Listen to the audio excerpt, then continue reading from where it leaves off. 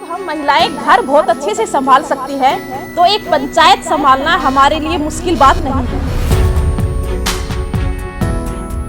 साथ ही साथ जब हॉट सीट के ऊपर बैठे थे तो जाहिर सी बात है, जब अमिताभ बच्चन जी आपसे सवाल पूछेंगे तो एक नर्वसनेस तो थी बहुत ज्यादा। तो हमें मैंने जब चुनाव लड़ा तब भी मुझे नहीं हुई जितनी हाउस हॉट सीट पे बैठ के हुई, क्योंकि सरपंच का चुनाव बहुत डिफिकल्ट होता है। विधायक और एमपी के चुनाव से भी ज्यादा लोग अपना खून दे देते हैं लेकिन वोट नहीं देते। अरे घर में हॉकी तो नहीं चलती?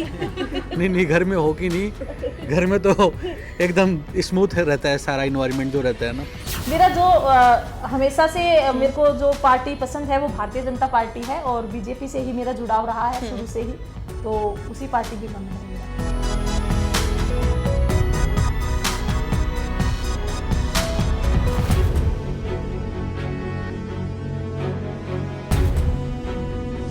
जब लगन और मेहनत का रास्ता चुन लिया है तो जमाने के तानों से दिल घबराता नहीं है।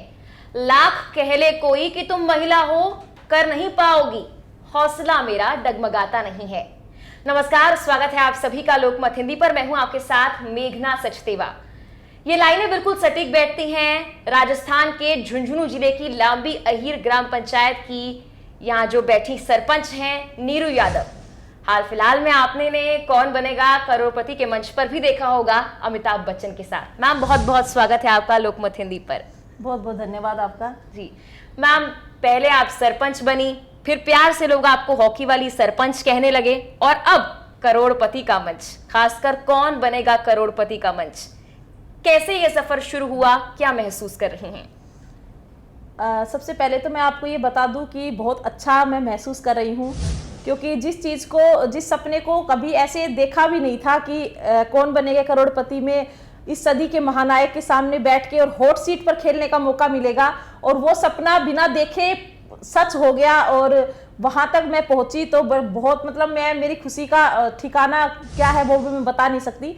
एक सपना ऐसे जो साकार हो गया, एक छोटे से गांव की सरपंच और सपनों की नगरी में पहुंच गई, तो बहुत ज़्यादा उसके लिए खुशी भी हो रही है। और सरपंच बनने का सफ़र, मैं 3 अक्टूबर 2020 को अपनी पंचायत की सरपंच चुनी गई थी। उससे पहले नॉर्मल एक होम मेकर थी, घर संभालती थी। उसके बाद पंचायत की जिम्मेदारी आई, उसको संभाला, तो काफ़ी अच्छा लग रहा है। काफ़ी उतार चढ़ाव भी इसके अंदर आए, लेकिन जो सफ़र है ये बहुत अच्छा है और आगे भी अच्छा रहेगा, इस उम्मीद के साथ आगे बढ़ रही है।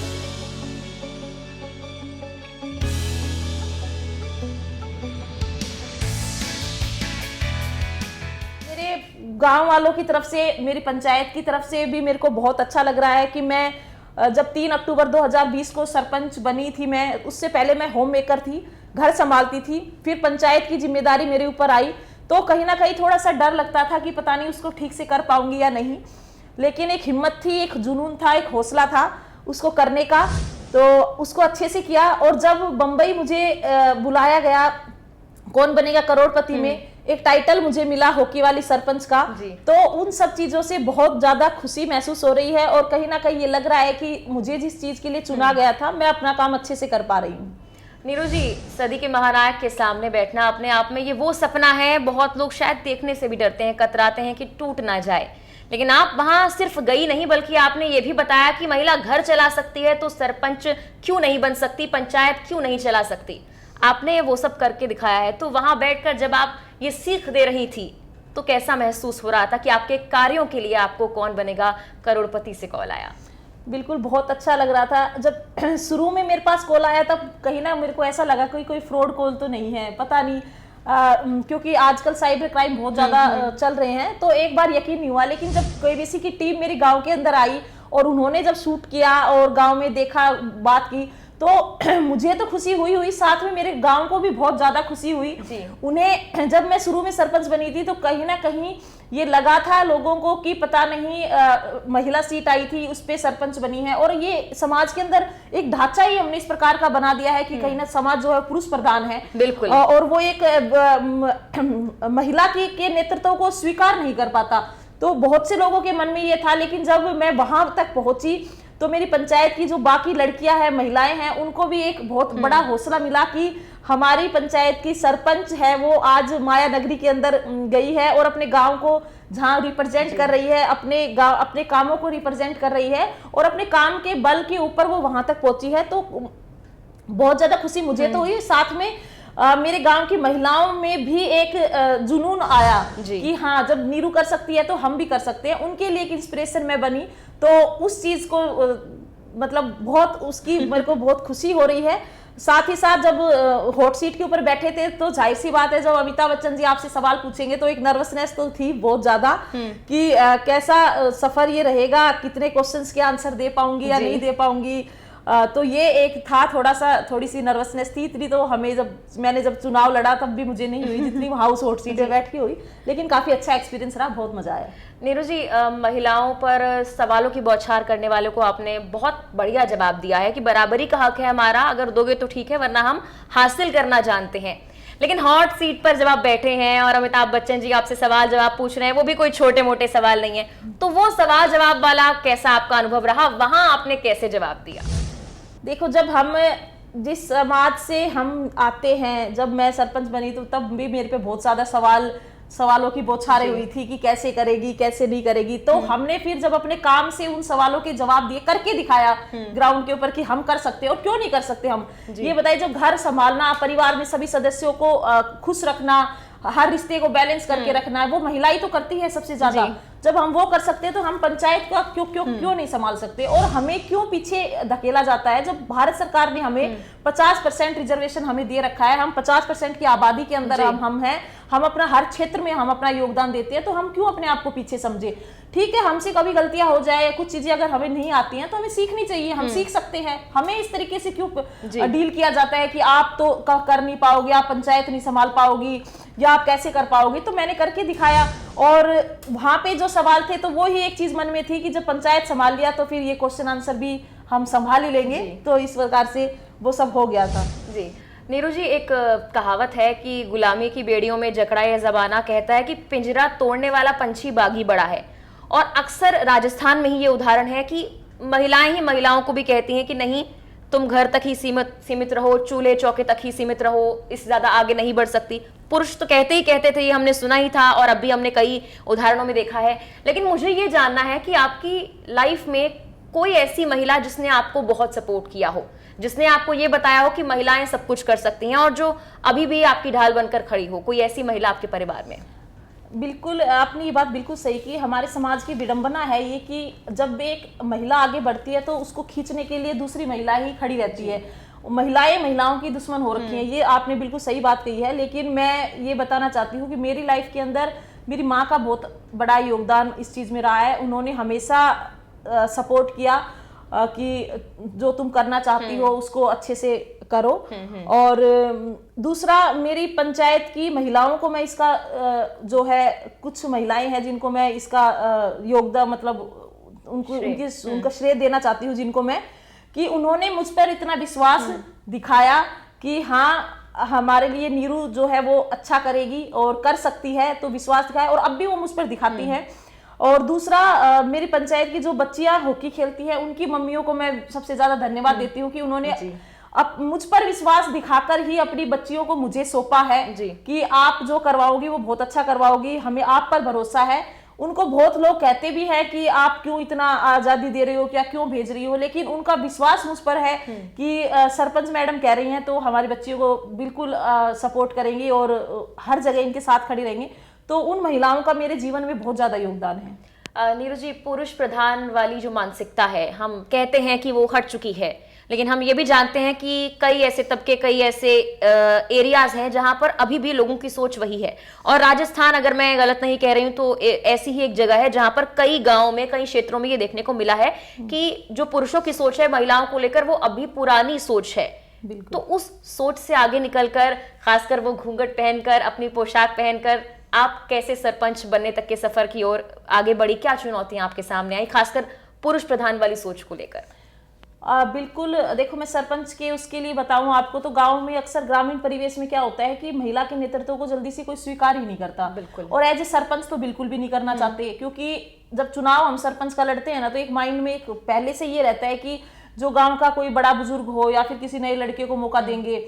हमें मौका कब मिलता है? जब हमारी सीट रिजर्व आती है। अदरवाइज अगर हम नॉर्मल सीट के ऊपर चुनाव लड़ते हैं या सरपंच बनने का, तो हमें तो बहुत ज्यादा संघर्ष करना पड़ता है उसके लिए, क्योंकि कहीं ना कहीं गांव वालों को सरपंच इस प्रकार का चाहिए जो लड़ाई झगड़ा भी कर ले, या आधी रात को भी आ जाए या कुछ भी, मतलब इस टाइप का उनको एक गांव के अंदर ये माहौल रहता है। तो महिला सरपंच होने के नाते जाहिर सी बात है, मुझे वज्र रिजर्व सीट मिली तो मैंने चुनाव लड़ा, परिवार का उसमें सपोर्ट रहा काफी। और जब चुनाव लड़ा और वोट मांग रहे थे, तो मैं आपको ये बात बता दूं कि एक सरपंच का चुनाव बहुत डिफिकल्ट होता है, विधायक और एमपी के चुनाव से भी ज्यादा। लोग अपना खून दे देते हैं लेकिन वोट नहीं देते। अरे 24 घंटे आपको इतना सतर्क रहना पड़ता है कि लोगों के काम, आपने 199 काम कर दिए, अगर आपने एक काम नहीं किया तो वो इंसान आपसे रूठ जाता है। तो उनको सबको साथ लेके चलना बहुत मुश्किल हो जाता है। और क्योंकि चुनाव के टाइम में तो बहुत से लोगों ने तो मेरे को ये भी बोला कि मैं पढ़ी लिखी थी, फिर भी लोगों ने ये बोला कि तुम कैसे करोगी। तो मैं ये सोचती हूँ, जब मैं पढ़ी लिखी थी और मुझे कार ड्राइव मुझे करना आता है, मैं बोल पाती हूँ लोगों के बीच में जाके, उनकी समस्याएं मैं सुन पाती हूँ, तो मेरे को ये लगता है इस पुरुष प्रधान समाज में वो महिलाएं जो बहुत कम पढ़ी हुई हैं, जो घर से बाहर कभी निकली नहीं है और जो घूंघट के अंदर रहती है, तो उनको कितना सर्वाइव करना पड़ता होगा इस चीज के लिए। और बहुत सी महिलाएं तो घर ही बैठ जाती हैं, सरपंच तो बनती है, उनका नाम चलता है सिर्फ, लेकिन काम कौन करता है? एसपी करते हैं, पीपी, या तो सरपंच पति करते हैं या प्रधान पति करते हैं। यहाँ तक कि उन्हें तो पता ही नहीं होता कि काम कहाँ हो रहा है कहाँ नहीं। लेकिन हाँ, मैंने अपने घर के दायरे को तोड़ के मैं तो बाहर निकली हूँ और मैंने काफी अपने पंचायत में काम किया है। महिलाओं को भी मेरे इस काम से, मेरी पंचायत की जो महिलाएं, उन्हें काफी सपोर्ट मिला है, वरना महिलाएं तो पंचायत घर तक आती ही नहीं थी। आज मेरी पंचायत में महिला सभा होती है, महिला वार्ड सभा होती है, अपने जो भी काम है वो खुद करने के लिए आती है, अपने कागज वगैरह के या आधार कार्ड से संबंधित कोई भी काम होते हैं, कोई भी योजनाओं से संबंधित, उनको पता है कि हमें कौन सी योजनाओं का लाभ लेना है, हमें कैसे करना है। तो कहीं ना कहीं एक मोरल सपोर्ट उनको मिला। तो मैं तो यही कहना चाहती हूँ कि जो भी सरपंच महिला बनती है तो उनको ज्यादा से ज्यादा सपोर्ट, अपना काम खुद देखना चाहिए, ताकि आप बने हो, इस पद पे आप आए हो, तो आप अपनी बाकी गांव की पंचायत की महिलाएं हैं उनके लिए एक एग्जाम्पल सेट करो, ताकि वो लोग भी फिर हिम्मत करें कि हमें भी ये चीज करनी चाहिए। बिल्कुल, एक आत्मनिर्भर, एक स्ट्रॉन्ग जो महिला होती है, वो मुझे लगता है कि समाज का सबसे मजबूत स्तंभ होती है। उससे मजबूत कोई स्तंभ नहीं हो सकता है। खैर, अगले सवाल पर आते हैं। आपका बचपन और अब जिन बच्चियों का बचपन और भविष्य आप सुधार रही हैं, संवार रही हैं, दोनों में कितना अंतर आपको लगता है? देखिए, हमारा जब बचपन था वो अलग उसमें था, हमें इतना शायद सपोर्ट नहीं मिला। मैं मेरे लड़कियों की अगर बात करूं, इतना सपोर्ट, मैं खुद खेलना चाहती थी हॉकी, लेकिन कहीं ना कहीं सुविधाएं नहीं थी या फिर मेरे को वो सपोर्ट नहीं मिल पाया। और जो लड़कियां हैं उनके सपोर्ट के लिए मैं हमेशा खड़ी हूं। तो एक ये डिफरेंस है। और बाहर से तो हमें वैसे ही कोई सपोर्ट नहीं मिल पाया, मम्मी पापा जो सपोर्ट कर दे वो ठीक है, लेकिन उन बच्चियों के लिए उनके पेरेंट्स से ज्यादा सपोर्टिव मैं हूँ। आज मैं उनके साथ हर समय पर खड़ी हूँ। ये मैंने उनको विश्वास दिला रखा है कि आपको कहीं पर भी, अब नहीं, लाइफ में कभी भी कहीं कोई परेशानी होगी तो मैं हमेशा तुम्हारे साथ खड़ी रहूंगी। ये फर्क है। बेहतरीन। और इसीलिए कहते हैं कि एक महिला अगर शिक्षित होती है तो वो पूरे समाज को शिक्षित करती है। तो आप बहुत अच्छा काम कर रहे हैं नीरू जी। गांव की लड़कियां हॉकी खेलती हैं, अभी तो मुझे लगता है कि अब आप उस मुकाम पर पहुंच गई हैं कि जो अभिभावक हैं वो बच्चियों को भरोसे के साथ भेज देते हैं। बिल्कुल भेज देते। लेकिन जब शुरुआत करी होगी, जब आप उनके घर में गई होंगी बच्चियों के पिता या माता को मनाने के लिए कि आप भी अपनी बच्ची को हॉकी खिलवाइए, या जिस लड़की का मन होगा लेकिन पेरेंट्स नहीं मानते होंगे, तो क्या आपको कभी मुश्किल आई कि उनको समझाने में कि कैसे मैं बच्ची को आगे लेकर जाऊंगी, भरोसा दिलवाने में कभी कोई दिक्कत आई? बिल्कुल दिक्कत आई। जब मैं शुरू में बात करने के लिए गई तो सभी पेरेंट्स ने साफ मना कर दिया था, क्योंकि देखिए गांव में क्या होता है कि खेलने का टाइम कब होता है, सुबह होता है, शाम को होता है। गांव के अंदर मोस्टली क्या होता है, बेटियों से ये उम्मीद रखी जाती है कि वो घर के कामों में हाथ बटाएं। जी, यही मानसिकता होती है गांव के अंदर। बहुत कम पेरेंट्स होते हैं जो सपोर्ट करते हैं जो काम में। तो एक ये सबसे बड़ी चीज आई, क्योंकि खेलने का टाइम ही शाम के का टाइम था। तो वो बोले उस समय, कभी तो बोले हमारे फसल कटाई का समय है, हम लोग तो काम पे जाते हैं। और जो मेरी लड़कियां खेलती हैं वो कोई बड़े सेठ साहूकारों की लड़कियां नहीं है, वो नॉर्मल जो मजदूर वर्ग के लोग हैं या जो सुबह काम पे जाते हैं और शाम को आते हैं, उस परिवार की लड़कियां हैं वो। तो उन लोगों के लिए बच्चियों को भेजना तो बहुत ही मुश्किल था। फिर दूसरा जो समाज है वो उसका, अरे तुम तो शाम के टाइम हमारी लड़कियों को बाहर भेज देते हो खेलने के लिए, फील्ड पे तो लड़के खेलते हैं, ये लड़कियां कैसे खेलेंगी। हॉकी की ड्रेस के लिए उन्होंने बोला ऐसे ऐसे कपड़े पहन के, अरे तुम्हारी लड़कियां तो वो खेलती हैं। तो वो मानसिकता से पेरेंट्स अगर चाहता है भेजना कि भेजना, लेकिन जो कहते हैं ना, एक गांव में कहावत है कि बेटी जो है माँ बाप ने भारी को नहीं हुआ है, गाँव ने पहली बारी हो जाए है। तो वो वाली चीज थी। लेकिन मैं इस बात के लिए उन सभी बच्चियों के पेरेंट्स को धन्यवाद देती हूँ कि उन्होंने मुझ पर ये विश्वास दिखाया और अपनी बच्चियों को मेरे विश्वास के ऊपर उन्होंने फील्ड तक भेजा। उस घर से लेके और गांव के मैदान तक बच्चियों को लाना इतना आसान नहीं था। पेरेंट्स को मैंने बहुत मनाया है। हम एक बार कोई मैच था और हम लोग उस दिन लेट हो गए थे, और वो विश्वास भी इसलिए कि मैं बच्चियों के साथ उस टाइम पे मैदान में मौजूद रहती हूँ। लेट हो गए थे तो सभी के पेरेंट्स ने मना कर दिया कि नहीं, गांव वाले ऐसे कहते हैं तुम्हारी बच्चियां लेट आई हैं और हम इनको नहीं भेजेंगे, अब नहीं भेजेंगे। लेकिन फिर मैंने उनसे रिक्वेस्ट की और उनको समझाया कि आप अपनी बच्चियों का भविष्य खराब मत कीजिए। अगर ये लड़कियां आगे निकल जाएंगी तो आपका बाकी गांव की लड़कियों के लिए भी कितना अच्छा मतलब एक उनके लिए भी एक हाँ, एग्जाम्पल एक सेट होगा एग्जाम्पल और सेट हो जाएगा उन बच्चियों, उनका भी नजरिया हाँ, बदल और भी सकता लड़कियों है। को के लिए भी रास्ता खुल जाएगा। तो इस प्रकार से फिर उन्होंने थोड़ा उनका ये हुआ कि हाँ मैडम जो है सच बोल रही है, मतलब सही कह रही है, हमें करना चाहिए। तो थोड़ी सी चलिए आपकी मेहनत सफल हो रही है और आपके गांव की टीम अब बढ़िया खेल रही है। आगे भी देखते हैं नेशनल में, उम्मीद करते हैं कि यहीं से लड़कियां सेलेक्ट होकर जाएं, क्योंकि ये भी एक एग्जाम्पल सेट करेंगी कि हॉकी वाली सरपंच ने तैयार की थी हॉकी वाली लड़कियां और वो राष्ट्रीय स्तर पर खेल रही हैं। उम्मीदें बहुत सारी हैं और मुझे ये उम्मीद है कि आप उन उम्मीदों पर खरा भी उतरेंगी। देखिए, आपने जो भी कहा या जो भी किया, आपके नजरिए ने लोगों के नजरिए को बदल दिया।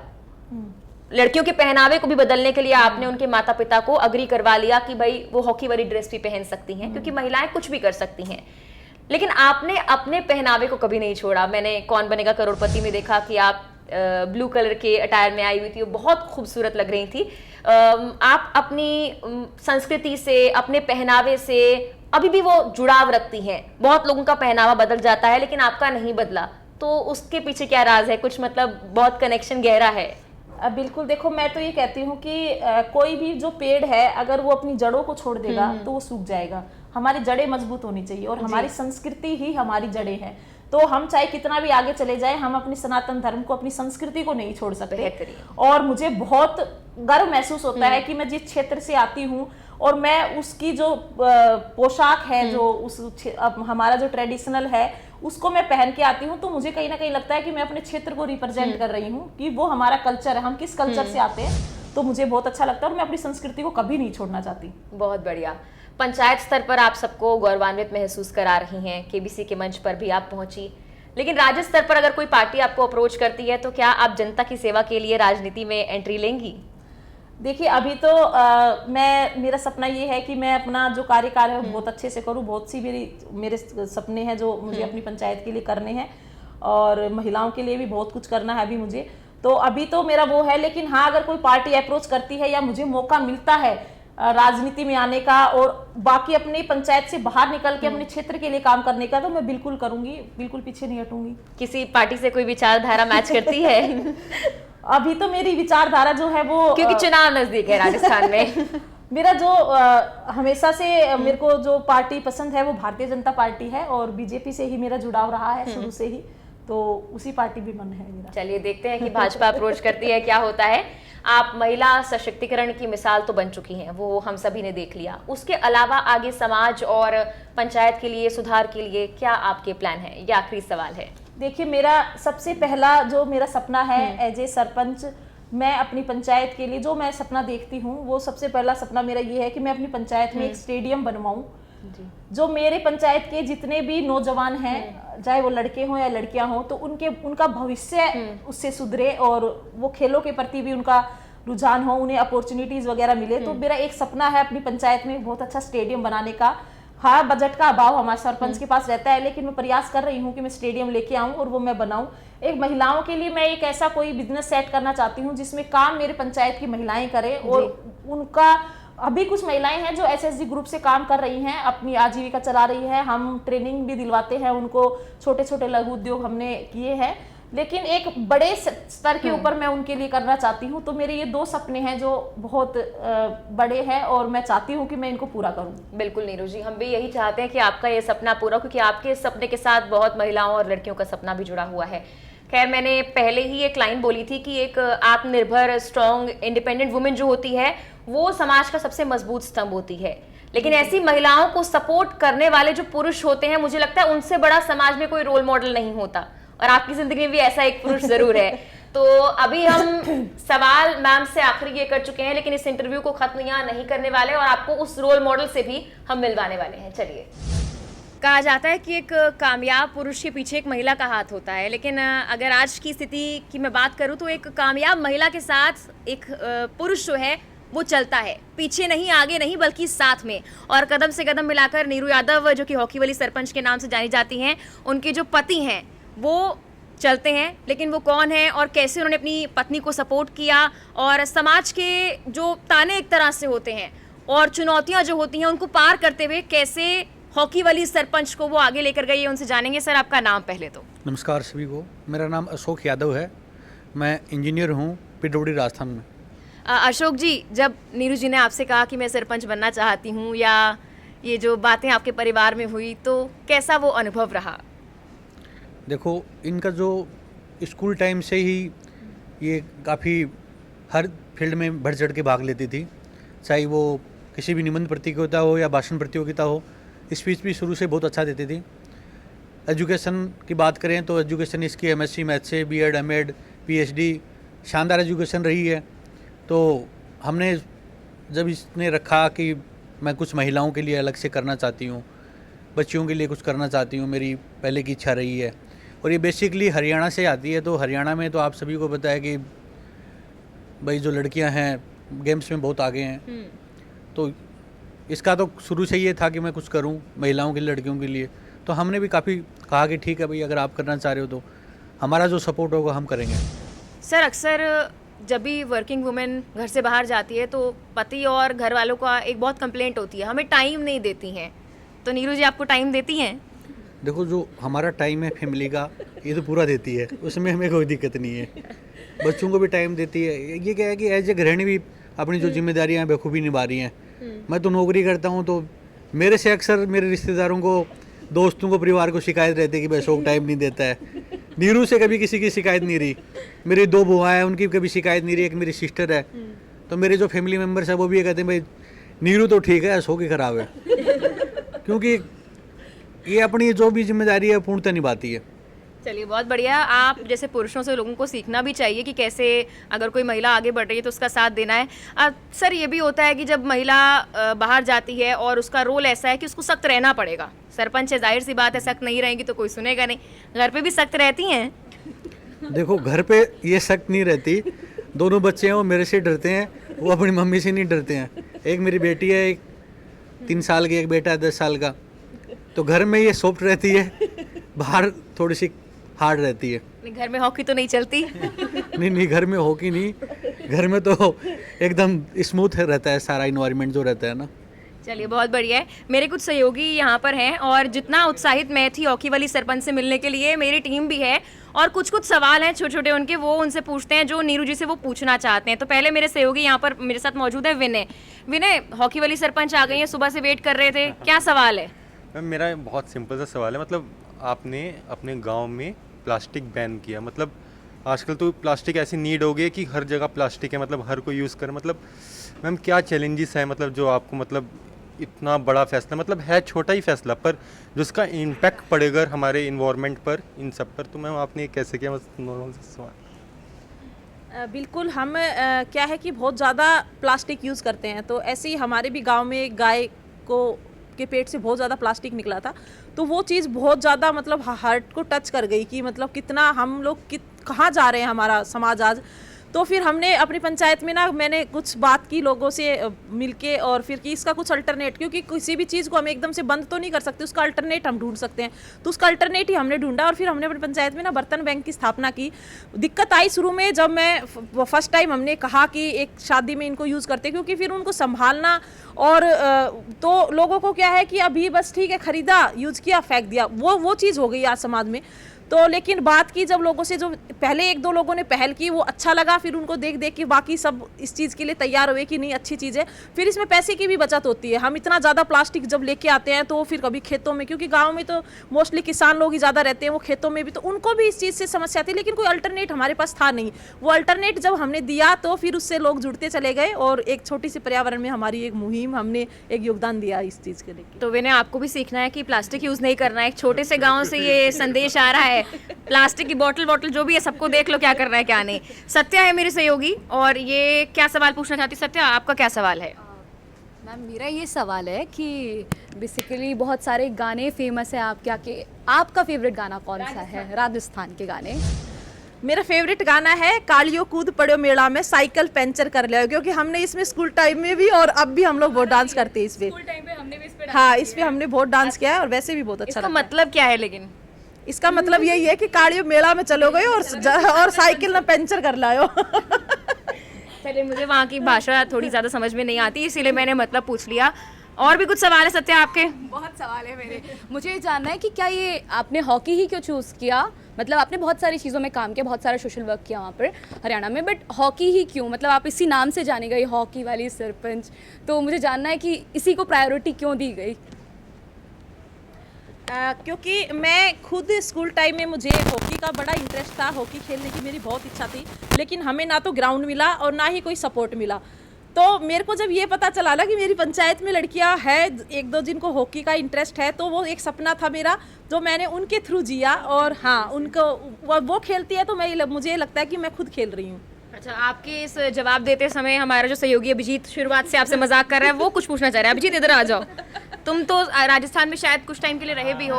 मैं जयपुर में काम कर रहा था एक चैनल में, तो मेरा ये सवाल है आपसे। अभी आप बोल रही थी कि मेरा बचपन से सपना था कि मैं हॉकी खेलूं, तो इमरान हाशमी का एक डायलॉग है कि जिसके अपने सपने पूरे नहीं होते वो दूसरों के करते हैं, तो इसलिए आप यही कर रही हैं? हाँ, मैं बिल्कुल यही कर रही हूँ। और मेरा मानना ये है कि लड़कियों के हाथ में होना चाहिए कुछ ना कुछ, है ना, उनके सेल्फ डिफेंस में भी काम आता है, तो हम उनको ऐसी ही कोई चीज़ सिखानी चाहिए। अभी मैं अपनी पंचायत की लड़कियों को ना सेल्फ डिफेंस के लिए भी तैयार कर रही हूँ, जूडो कराटो के लिए।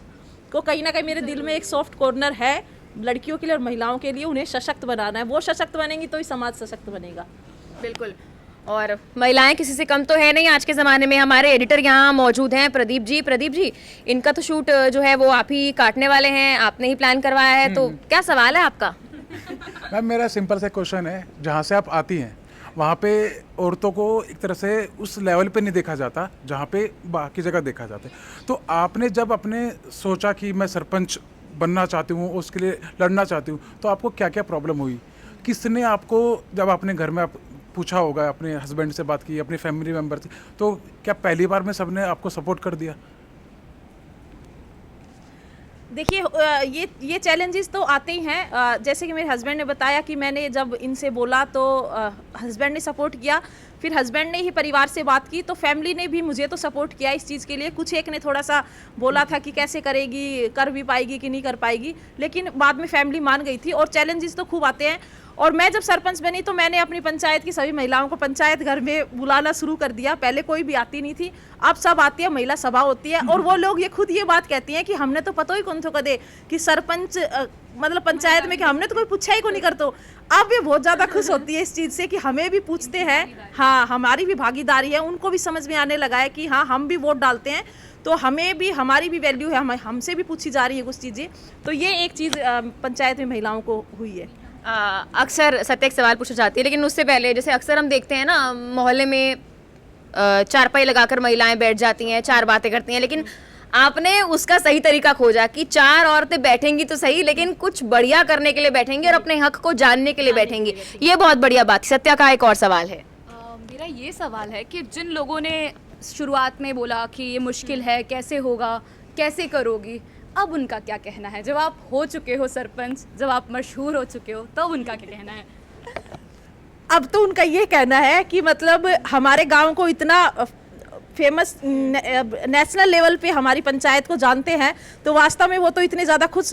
अब तो ये कहते हैं कि हमने इसको वोट भी नहीं दिए, इसको सपोर्ट भी नहीं किया, लेकिन फिर भी खुले में अब वो बोलते हैं कि वास्तव में इसने बहुत अच्छा काम करके दिखाया है, हमारी पंचायत को इस लेवल पे पहुंचाया है, बच्चियों के लिए इतना अच्छा किया है, वो सभी ये बोलते हैं।